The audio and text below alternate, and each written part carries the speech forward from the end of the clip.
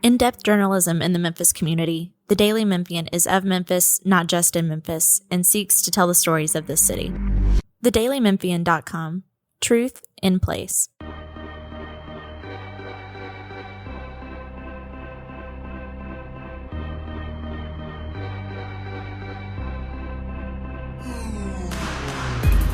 Welcome back to another edition of the Daily Memphian's Memphis Grizzlies podcast. This is your host, Grizzlies beat writer Drew Hill, joined as always by columnist Chris Herrington. Chris, it is the morning after another Rockets loss on Tuesday. There were a lot of overreactions on the internet last night. I think that's fair to say. A lot of overreactions following another Grizzlies loss. They're now 0-3 against the Rockets this season. An October blowout. Second game of the regular season, and now 2 losses in a 5-day stretch. So obviously the Rockets have had the Grizzlies number. We also haven't talked since the Grizzlies came to you. The Grizzlies were playing in your living room, Chris, basically. Yeah. What's funny about all that is that I'm friendly with a lot of the media who covers the Wolves. I got to know them as you did during the playoff series a couple of years ago. And so, like, after that game, I went to their social media feed to see some of the stuff they had posted and clicked on some of that stuff to see what some of the fan reactions were to some of the things they posted. And, like, Minnesota fans were melting down after that game, you know? That was a game that you know, one shot goes in, one shot doesn't go in, the outcome is reversed, and suddenly the feelings of both sides are totally reversed. And Minnesota fans are absolutely melting down about that game. It is the nature of fandom when you expect your team to be good. No loss is ever acceptable, you know? I know. Well, we've now had that twice with the Grizzlies and Rockets, too. Like, Right. Either of those games could have easily gone the other way. Right. And they didn't go the Grizzlies' way. And so, you know, meltdown time is on. Although, you know, I still think that the Grizzlies are in a decent spot, personally. But we'll see. We came into this stretch, before we get into the game and the games and individually, like, we did come into the stretch talking about, you know, how challenging it was going to be for the Grizzlies to survive these 11 games. We weren't sure how long Ja was going to be out. 11 straight games against West teams that hope to be in the playoffs, I think is the best way to put it.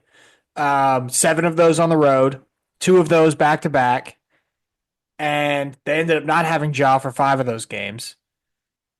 They're now 3-5, and you finish this out with San Antonio twice, which you assume Grizzlies are probably going to be favored in those games. Like, they'll have a good chance of winning those games. And then Minnesota at home on Martin Luther King Day.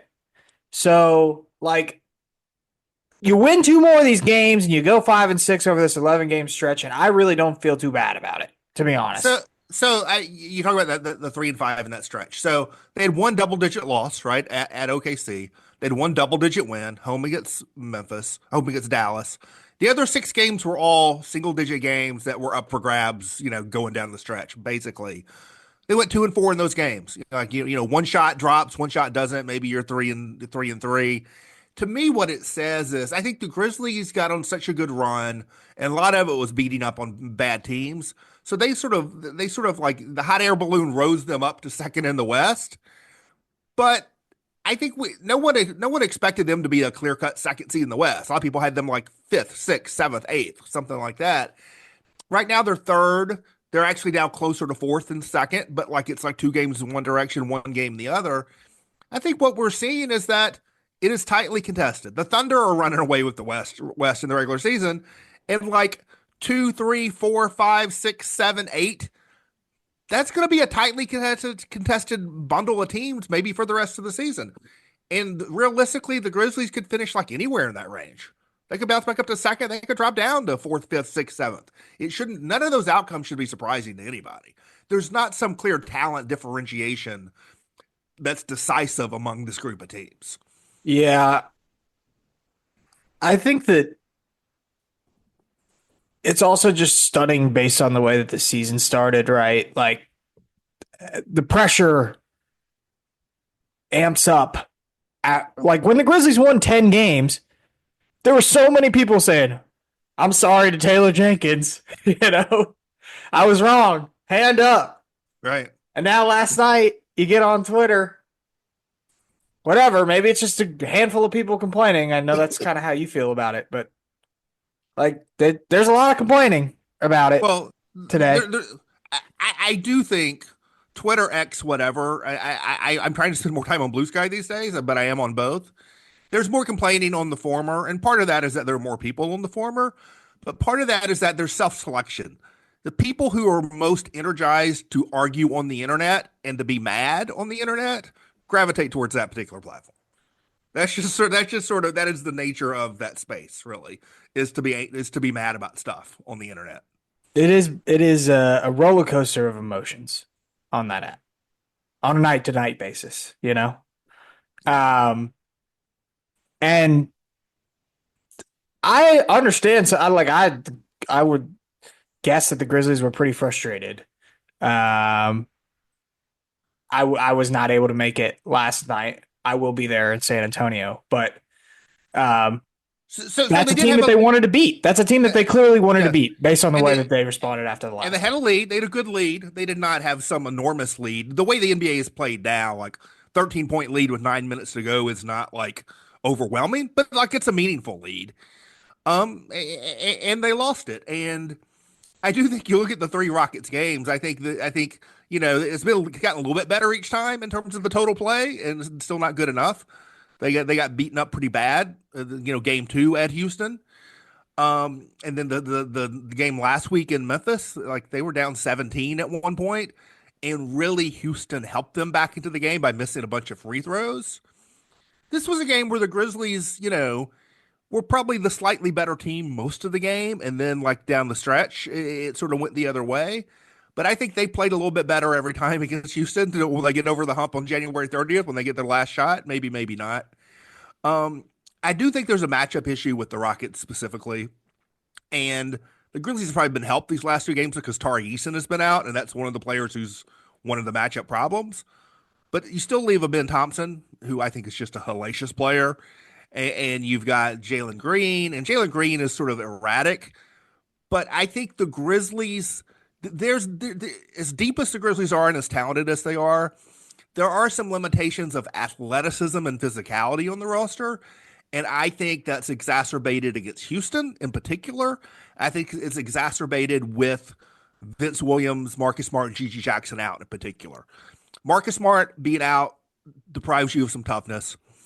Gigi Jackson being out deprives you of some athleticism. Vince Williams being out deprives you of both. And I think Vince Williams is the most Rockets-like player on the Grizzlies roster. And to try to help neutralize an Amen Thompson, Jalen Green kind of guy, I think, to me, I feel the absence of Vince Williams more in these Rockets games than any other games they play. Yeah, no, I do feel like he is definitely important against teams with the bigger, more physical wings.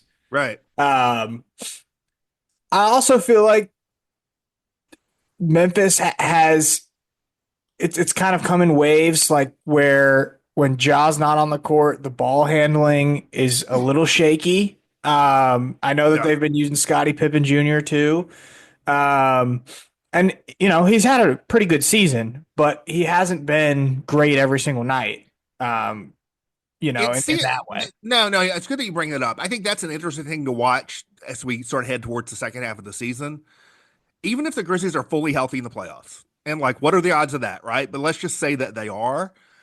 And even if John Morant is suddenly playing 37, 38 minutes in playoff games, just like he did in this game against the Rockets, like what they do in those other minutes is I don't think they know yet what they do. And Scottie Pippen, I think from a distance is funny. Nate Duncan, who's a friend of mine, on his pod recently, they were doing their awards at this point in the season. He had Scottie Pippen as the sixth man of the year. I was like, Nate, he's not the best sixth man on the Grizzlies. Yeah. What are we doing? If you look from a distance at his numbers, they look good. But when you watch game to game, he's been inconsistent. In some ways, he's been better as a starting point guard than a backup point guard.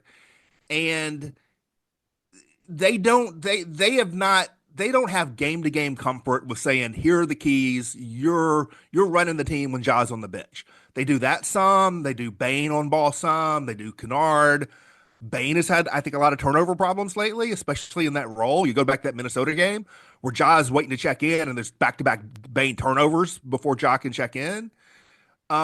They have not reached a comfort level of how they operate getting through games when John Morant's out of the game. And Morant's had his own turnover problems too, but you're right that it just doesn't feel comfortable in terms of operating the team when Morant's not out there right now. It doesn't. And the thing with Scotty is I really like Scotty. And I think he has good tools that help you win basketball games. Like Right. he's very good at getting to the basket. He's, you know, A great on ball defender. great on ball, like keeps that energy throughout, like, has the same effort playing on ball defense, trying to swipe away steals in the first quarter as he does in the fourth. I think he can be weaponized in the way that you can put Ja off the ball with Scotty in the game, and it helps Ja sort of get different looks. Right. And I think that helps him.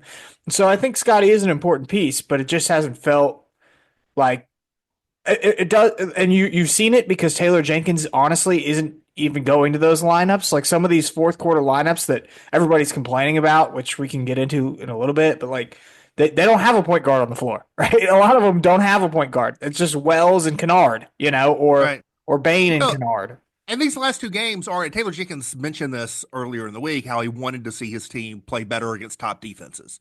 Minnesota, Houston, the last three games, two Houston, one Minnesota. Those those teams are both ranked top five defenses in the league. And going no point guard lineups against those defenses and having those defenses apply pressure to you has sort of been a problem. But like that's going to be playoff basketball. You're not going to be playing like the 27th ranked defense in a playoff series. Like that is what they have to sort of get better at about having their offense function against those kind of defenses and figuring out how they're going to navigate their lineups against those kind of defenses. I didn't want to skip over the Minnesota game because obviously we had boots on the ground, Chris. Yeah, Um, almost literally. I did not wear my snow boots. That day, but yeah. I mean that's pretty nice, huh? Like that is pretty nice. No, I got you. Never know what's going to happen in any individual NBA game, right? And that was a good one. It reminded me somewhat, and I was fortunate enough to be in the building and in a similar seat, similar vantage point for both of these games. But those two buckets at the end remind me a little bit of the multiple buckets at the end of Ja's return game at New Orleans last year, where I was also behind the basket for that. There's a little bit different drama to it. In that game, it was obviously Ja's return game. His game winner was a buzzer beater. Like that was maybe the most dramatic shot he's ever hit. He literally lands in front of the bench at the buzzer with the game winner. Yeah. But the Minnesota game had its own kind of drama to it in that he'd been having a terrible game. He's been having a terrible game. He's 3 of 17. So at the point that he's on the bench in the fourth quarter, he's 3 of 17 from the floor. He has 4 turnovers to 3 assists. He's having a bad night. And he's having a bad night in the second game back from injury. He's got this pad, I assume it's some kind of warming pad or whatever, draped over his shoulder. He looks dejected on the bench. It's 6 minutes to go. It's 5 minutes to go. It's 4 minutes to go. I'm sitting with Rob Fisher, the TV reporter for the Grizzlies, and Rob looks over to me and says, "Is he going to come back in?" I was like, "I don't know, man." And we're eyeing this. Like, is he? Is his shoulder bothering him so much that he's just not going to come back in? We didn't know. Taylor Jenkins said afterward that he was definitely going to come back in, and then he comes back in, and I mean, those were incredible game-winning plays that he made at the end of that game. First, he got the assist to Brandon Clark on the alley-oop to sort of get it started. And other guys made big plays too. Defensively, Brandon Clark with the contest, and Jaren Jackson defensively. Desmond Bain diving for a loose ball. It was a team effort, but those two shots John Morant hit at the end of that game were like just major, major clutch shots.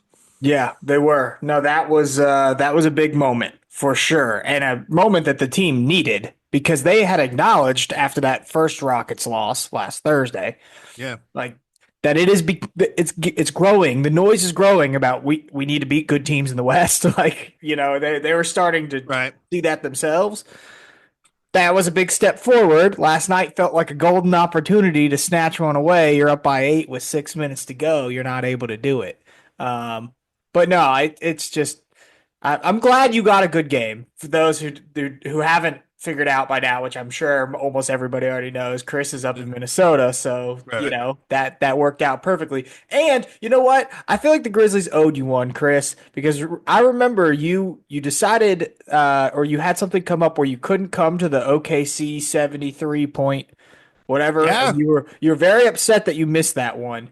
Well, now last year I got the flu for the Ja return game, so I couldn't Right. go to New Orleans. I was sick as a dog in bed.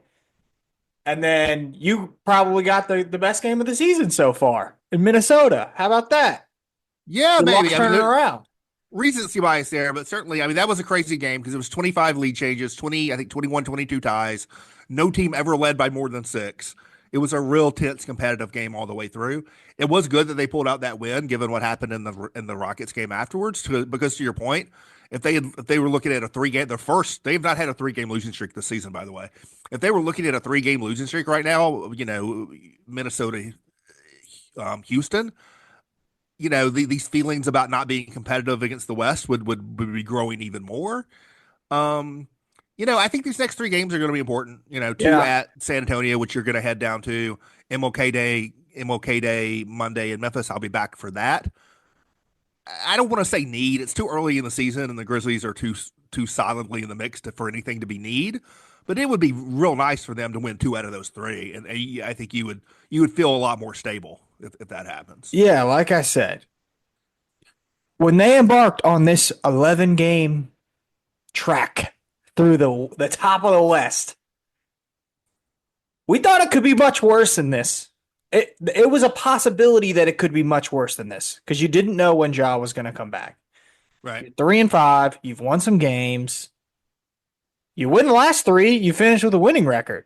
That's absolutely a win when Ja doesn't play in 5 of those games. So, let's see what happens. I actually have a pretty good feeling about these San Antonio games. We'll get into those games and a few other things, but first let's take a break for a message from our sponsor. Want to make a big impact without getting lost in a big system? Join Youth Villages to be a force for families while becoming part of one. Help make positive changes on a national scale, one community at a time. It takes a family to transform lives. Start with yours. Apply now at youthvillages.org/careers. So obviously the what's the word? Complaints, I guess. Complaints, gripes were pretty loud after the game last night. That's the way this goes. Fans, short for fanatics. People were unhappy. I got one I haven't even seen. So you can pop off what would have been the most frequent ones. I may have a bonus one. There's one guy who's in my mentions all the time saying Jaren needs to get in the paint. Come on, man. Jaren gets in the paint all the time, but Come he on, gets there man. himself. He attacks off the dribble and gets in the paint. They want him just to do low post like stuff. Jaren is going off. He didn't go off. He didn't get as many shots that game. We could talk about that. But Jaren gets to the paint himself and makes shots all the time. He's one of the best isolation scorers in the game. Yeah. You tweeted that per 48, he's like the 4th highest scorer in the NBA. That's I think he's doing all right outside the paint. I looked for that because I knew it was going to be impressive, but I didn't know it was going to be that high. I was sort of surprised. And I don't know whether this is still true today, but this is true as of Sunday or whenever I tweeted it out. At that point, Jaren's scoring average was 22nd in the league, which is good, but like whatever, right? When you did it per 48, or you can do it per 36, per whatever, it's per minute. It's the same either way. When you do it per minute, it was 4th. It was now that this is official leader, so it takes out a couple guys who would have higher but haven't played enough games, Luka and LaMelo. Even then, it'd be 6. But among official leaders, people who have qualified, it was SGA, Giannis, Jokic, and Jaren Jackson Jr., the top 4 scorers in the league per minute. Yeah. I mean, he's unbelievable. And like you said, he's in the paint all the time. He's getting there himself. He doesn't need the help. He doesn't have to post up on the block. There's a lot of like that sort of stuff. I don't want to give too much energy to it, but like the modern game of basketball is different than the way basketball was played before. And so much of this game is spacing. So yeah, Zach Edey's going to stand on the perimeter sometimes. Yeah, Jaren's going to have the ball at the top of the key a lot of the time. And Jaren's great at that, you know? So I think it makes plenty of sense. All right. These are the three gripes I think I saw the most on the All right. internet last night. And then I will turn them over to you and see what you You're think. gonna you're gonna petition the court, and I'm gonna be the judge on this one. Yeah. Taylor Jenkins' rotations leave the Grizzlies vulnerable late in games. They are costing the Grizzlies games because they keep taking the stars out of the game in the fourth quarter, and the other team makes a run, and boom, the Grizzlies are toast. So I'm gonna overrule this objection, but somewhat reluctantly because I do think there's some stuff there with that. But my problem with it is a couple of things. One, like in terms of like total play, John Morant played 37 minutes in that game, which was a season high, and he was 37 minutes in his third game back from injury in a game where he was questionable for due to illness like all day. Um, Jaren played 30, which is above his season average. It's lower than what's been the recent norm. That's because of I think overreacting to the fouls in the third quarter, which has been my complaint for years and years and years. That's a little bit separate from this. You can't play. I mean, Jaren Jackson, I think, played like 10 minutes in the fourth quarter or something.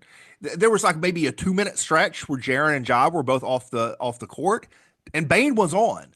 I did complain, I think, the previous Houston game about them not staggering the big three. Ja, Dez, Jaren. I don't think in like real competitive basketball against good teams, you should have any point in the game where all three are out of the game. But you're going to have stretches where two of the three are out of the game. You can't avoid that. These guys aren't going to play all the time. And so, like, there was a brief bit in the fourth quarter where Jaren and Ja were out, but Bane was in the game, and they got smacked around in those couple minutes. And to me, that's not on Taylor Jenkins. That's on the guys on the floor. You have to be able to play 2 minutes without these two guys on the floor. Now, that the other thing that I sort of push back on that is this idea, and it's a narrative illusion that you just can't break, that the fourth quarter matters more than the other three quarters. And it's just not true. So if you take Ja Morant's 37 minutes and like shift them around, and now, you know, he's playing 2 more minutes in the fourth, but 2 fewer in the third, does that change materially your outcome? I don't know that it does. Shots don't count double in the fourth quarter. Um, My I only do, thing with that, yeah. and I've said this to you on this podcast, and you've refuted it, but when the other team has their best players on the floor, that's when I want the Grizzlies to have their best players on the floor in the fourth quarter. That to me does matter.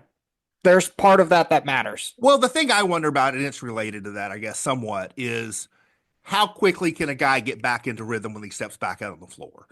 And so it's more the short burst to me. If you're not bringing a guy back until 3-4 minutes left in a game, like I feel like players maybe need a little bit longer stretch than that. But I just think the fourth quarter thing is such an illusion because the reality is over the course of 82 games, you are better off front loading minutes because most of the time, the last 3 minutes of a game don't matter. If you go through every Grizzlies game this season and say, did the last 3 minutes matter? The answer will be no more often than it's yes. Well, And the in the last 3 minutes, you hope those guys are in no matter what. well, not if you're up 20 or you're not, or you're down 20 or whatever. I know, but you're assuming that those guys are point. playing the last 3 minutes no matter what. Like it's more the last 7 minutes, you know. Whatever. I just think on average, the 7th minute of the fourth quarter means less than the 7th minute of the third, the second, and the first. And this is math that is irrefutable, but it doesn't matter because people still won't accept it because the narrative illusion is games are decided in the fourth quarter. Games are decided at whatever point the score reaches a point that the other team can't cross it. Sometimes that happens in minute 47. Sometimes it happens in minute 37. Regardless, I do think there is a question of I think the Grizzlies need to keep one of those three guys on the floor. To me, there's a question. It's easy to second guess it after a game, but to me, there's a question of when you break it up, and you're going to have to break it up. What's the best way to break it up? And my sense is that the guy to be left alone is probably not Bane. You know, it's either Jaren or Ja. Ja is the engine of the offense. He is the best guy at getting his own shot. and like, getting easier shots for other people, Jaren is the best ISO scorer. So if you're going to have one of the three guys out there to be like the focal point, it's probably better to be Ja or Jaren than Bane. And so I would, when I stagger, I would probably break it up another way. I'd probably play Bane and Jaren together and let Ja be the guy who's out there as the Lone Ranger for a few minutes, or maybe I'd make Jaren be the Lone Ranger. I think that is a minor criticism, but one that I think probably is valid. It's also super easy to say in a game where you just had a bad 2 minutes, with Yeah, I Jaren and Ja mean, on the bench. yeah, Jaren is the most effective, has been this season the most effective. Give him the ball, go score. Um, he's also, if he is the only solo star out on the court in that situation, they're going to throw absolutely everything else at him. So you Right. got to have some shooting around him that you Yeah. trust to help him in moments like that. But I tend to agree with what you think there. I mean, because this is the only one on Jenkins, the only gripe. I mean, what do you like? There's a lot of, and again, maybe it's just the loudest people in the online universe, but to me, the Grizzlies are 10 games over 500. They have a top five offense, top five defense.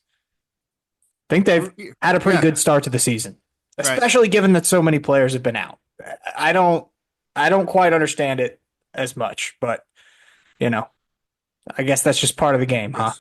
Has Yes. this always existed in the Grizzlies world, or has this come with the age of the I internet? don't think it's just Grizzlies. I do think it's related to internet and some of that, but I also think it's just across all fan bases. Like I was saying, I see the same stuff with Wolves people when I started looking into that.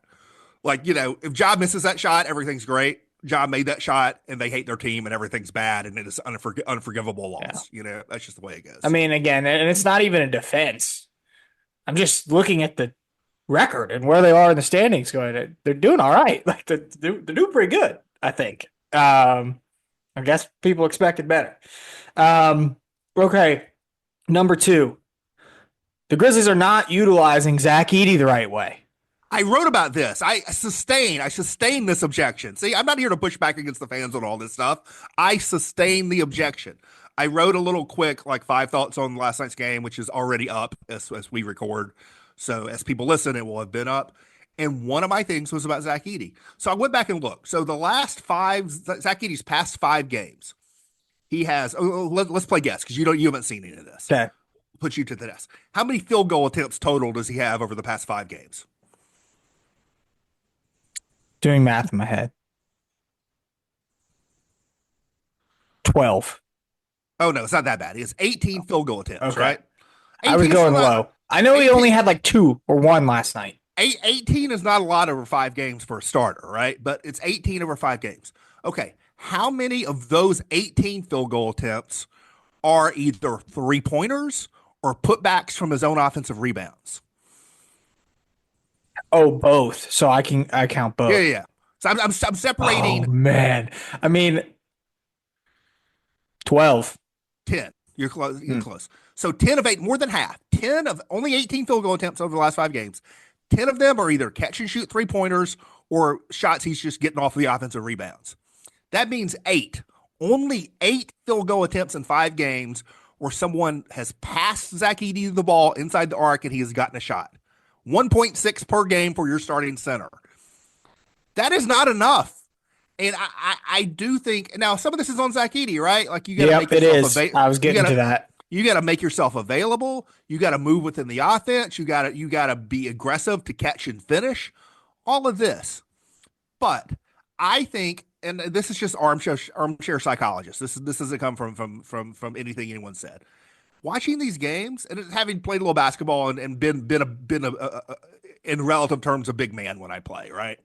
When I was younger, I detect a little bit from Zach Edey lately of I'm not really expecting to get the ball, so I'm not really looking for the ball. Like that happens sometimes with big men in basketball.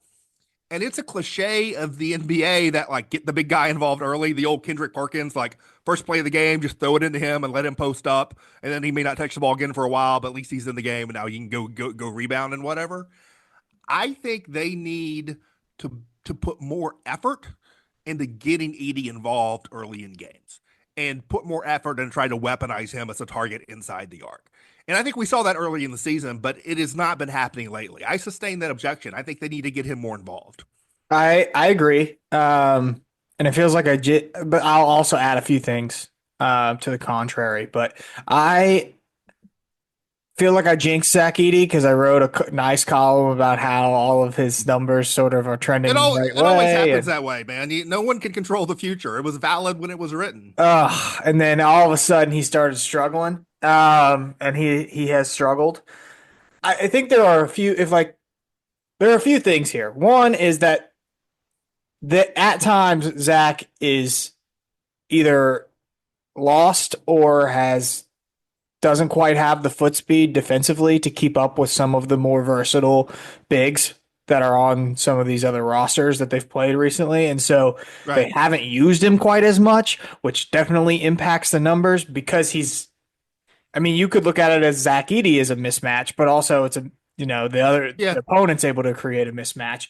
I think there's a lot of Taylor Jenkins like putting Zach Edey in the game last night when Steven Adams is in the game, right? Like Well, in he's some doing the ways, matching with Edey.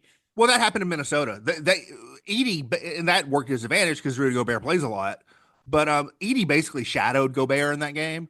Like they would watch when Gobert were coming back in the game, they were sending Zach Edey to the bench to check back in. They did that until the end, and then they made the right switch to get Brandon Clark in to close the tight game because Edie would not have been able to handle that defensive assignment at the end like the way Brandon Clark did. But they basically used Edie to shadow Gobert. But that's a role, man. To be the guy who shadows the other team's big centers, like that's an important role. Yeah. Um, so there's that element too. And then he's struggled with turnovers. And so I do wonder if Yep. there's he's not getting the ball on those passes, those dump downs into the paint, or even like Ja threw a rocket pass, to him last night, and He he caught caught that it at one. his hip and Yeah. turned and dunked it. He caught But that one, but he he caught hasn't. it He hasn't always caught that. he caught it at his hip. There's been a lot of that. There's a lot of chest passes coming to his, which is normal for basketball. But for Zach Edey, the passes need to be coming high, not to his chest, right? Where it's easy for it to get poked away. I think he's got to play big, and they got to treat him like a big, and they need to get into a better rhythm of the ball getting to him in the right spots, him being ready for it in the right spots, and being aggressive about what he does when he catches it. So it's Zach Edey, it's the team, it's the whole thing. But I think that has regressed lately. I sustain that objection. Um, yeah, I hope Zach Edey gets back on track. So it's not my fault. I didn't jinx the guy. I hope they find a way to get him involved again. Um, but he was playing really well up until that point. So hopefully he finds that again. Maybe rookie wall, maybe a little bit of a rookie wall. Maybe that's what this is. Maybe he'll get right over it. Well, you never know. Okay, this is my third and final gripe that I wrote down. So you will be able to tell me if the one you're thinking of made the list or not. I'm going to phrase it in a very dramatic way versus the way I wrote it down. The Grizzlies must make a trade if they want to be competitive in the West this season. Trade for Cam Johnson. Hurry up. Just go do it. We need somebody like Cam Johnson. I mean, Cam Johnson's good. We talked a little bit about that in the last pod about the three level complexity of dealing with for Cam Johnson, which is not to say you don't do it, but you have to account for all three levels of that complexity. And my guess is that it doesn't cross that's something that probably not only doesn't cross the finish line, it probably doesn't get close Yeah, because of the three things. that's what's in the Grizzlies universe is that's not really Yeah. something that's being Just, looked at. just to reiterate very quickly on that, because we talked about it last week, you got to account for the players you got to trade just to match salary, which means Marcus Smart, which maybe that's a hurdle, maybe it's not. Opinions can vary on that, but that's a starting point, right? Like that's a player you think might can help you in the playoffs. Two, you got to account for the draft pick or draft pick equivalent value they're going to want because they're not really trying to trade for Marcus Smart. That's either means 2 first round picks, one of which would have to be out in the future, or it means a first round pick and a player equivalent of a first round pick, which could be, who might they ask for? Gigi Jackson, Jalen Wells, Santi Aldama, like somebody good, right? Young player in a good contract. They've already shown that they don't care about your 2025 first round pick. So are the Grizzlies going to trade like a 2027 first and a good young player? Like that's a lot, right? And then the third part of it is like the trickle down effect of, You add in Cam Johnson's contract going to a summer where Santi Aldama's a restricted free agent. There's positional overlap. There's a lot of stuff there. But to scale back from the Cam Johnson thing to the broader, you said, they have to make a trade. They must make a trade. I overrule that objection. I think they need to be willing to make a trade. I think they should look around for like the right thing to do. I think they found it in Dorian Finney-Smith and they made an offer and they got turned down. I endorsed like that decision to try to make that trade. But I don't see the deal out there. Like I think the Jimmy Butler thing is a non-starter for all the reasons I've written about. There were too many hurdles to that. The Cam Johnson thing, I think, is unlikely because of all that stuff, although I wouldn't say out of the question, but unlikely. Herb Jones is the guy we talked about. There was no indication he was ever available, and now he's injured, so like that's off the table. I don't see what the deal is. I don't think the Grizzlies are in a situation where they should feel pressured to make a deal to be making a deal. I just don't think that is the way they should look at their team. But I think they should certainly look around and see if something's there to do. But if there's something there to do, I don't quite see it right now. I think that there's a few factors in play here. I think one factor that's important is, and the fan base, parts of the fan base, is willing to accept where the Grizzlies are in this particular moment after a loss to the Rockets and say, we're not good enough and we need to make a change. Like, this team's never going to get over the hump. But if you're the Grizzlies, you probably want to see really what this team is, and there's still some opportunity to do that as they approach the trade deadline. And you almost have to, you don't want to spend future assets to make a trade if the team is not close enough to where making this addition really puts you in a spot to make the Western Conference Finals. You have to feel confident that you are close enough.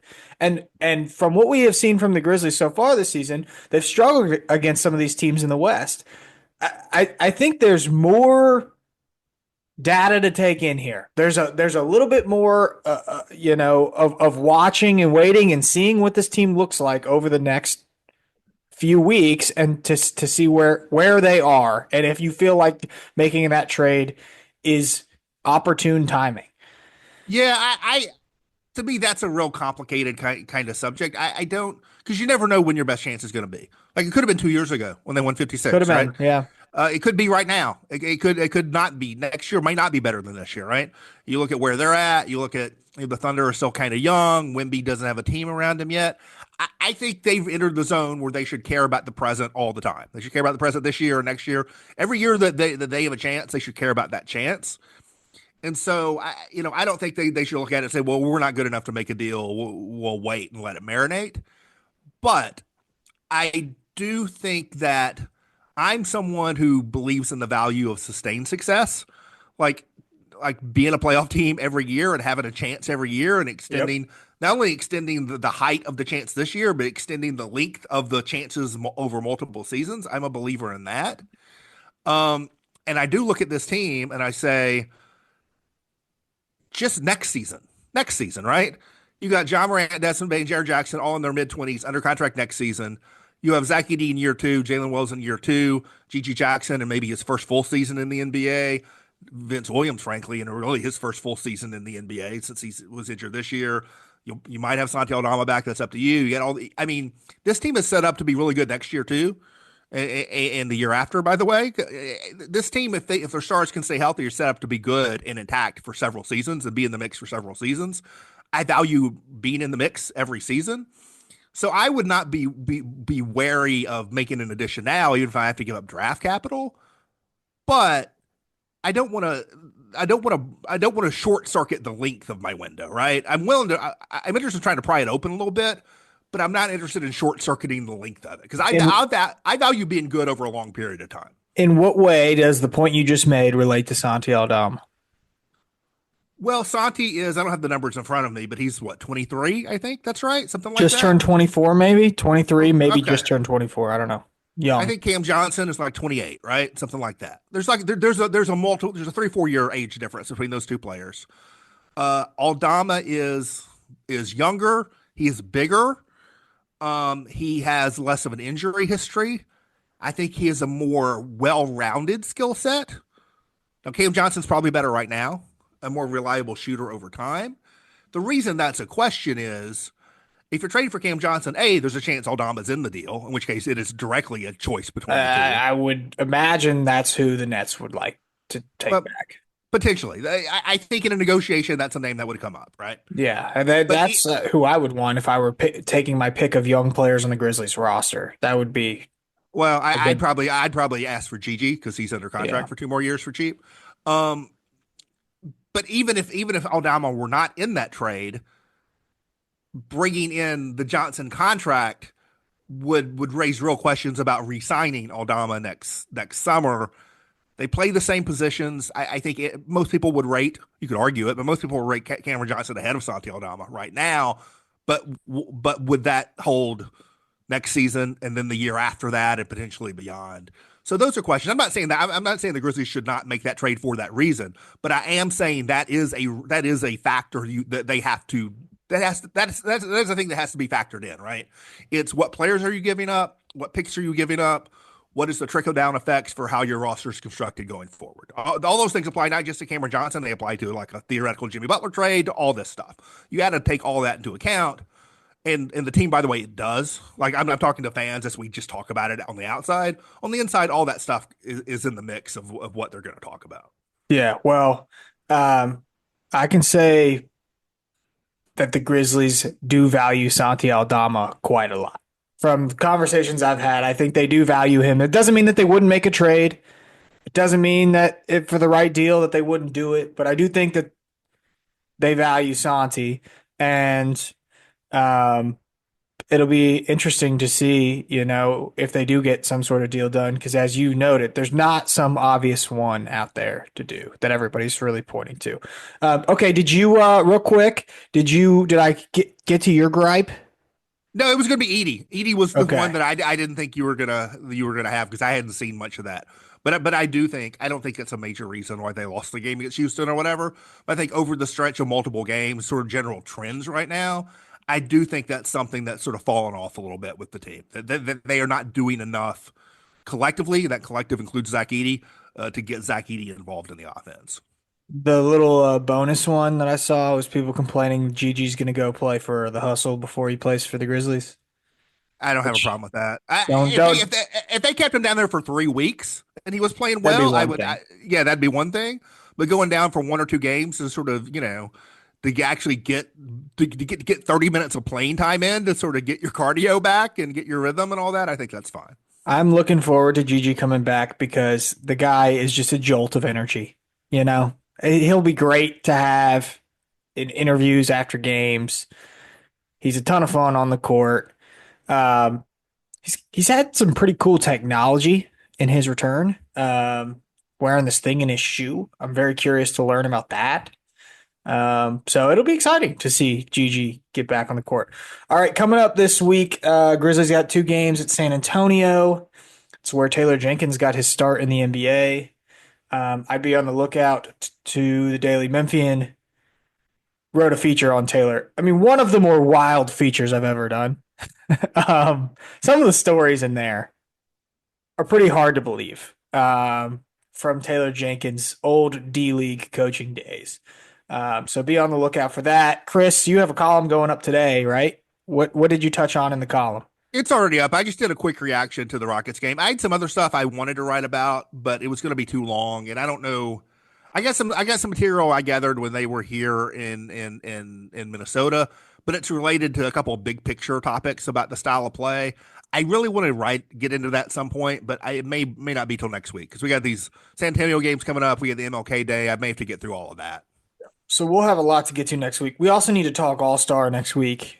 Jaren's in a very tight battle to try to make the All-Star team. So we'll talk about that as well. Including with the guy that they played last night, and Alperen Şengün. I know. Would have been nice for the Grizzlies to get a win. Grizzlies could get up to second in the West. I think feel a little bit more comfortable about Jaren getting forced in there. He's got, So you've got the 5 starters, and then you've got 2 forward spots or 3 forward spots and 2 wild cards. Right. 2 of those are going to go Wemby, Davis, and then, take your pick on the last spot. That's where we'll be. But we can break all that down next week. as we get closer to the announcements. All right, well, that's going to do it for us. Make sure you go check out all the other Daily Memphian podcasts. I know Tiger's podcast just recorded an episode recently, so go check that out and go read all of our stuff over at the website. But for Drew and for Chris, we're out of here.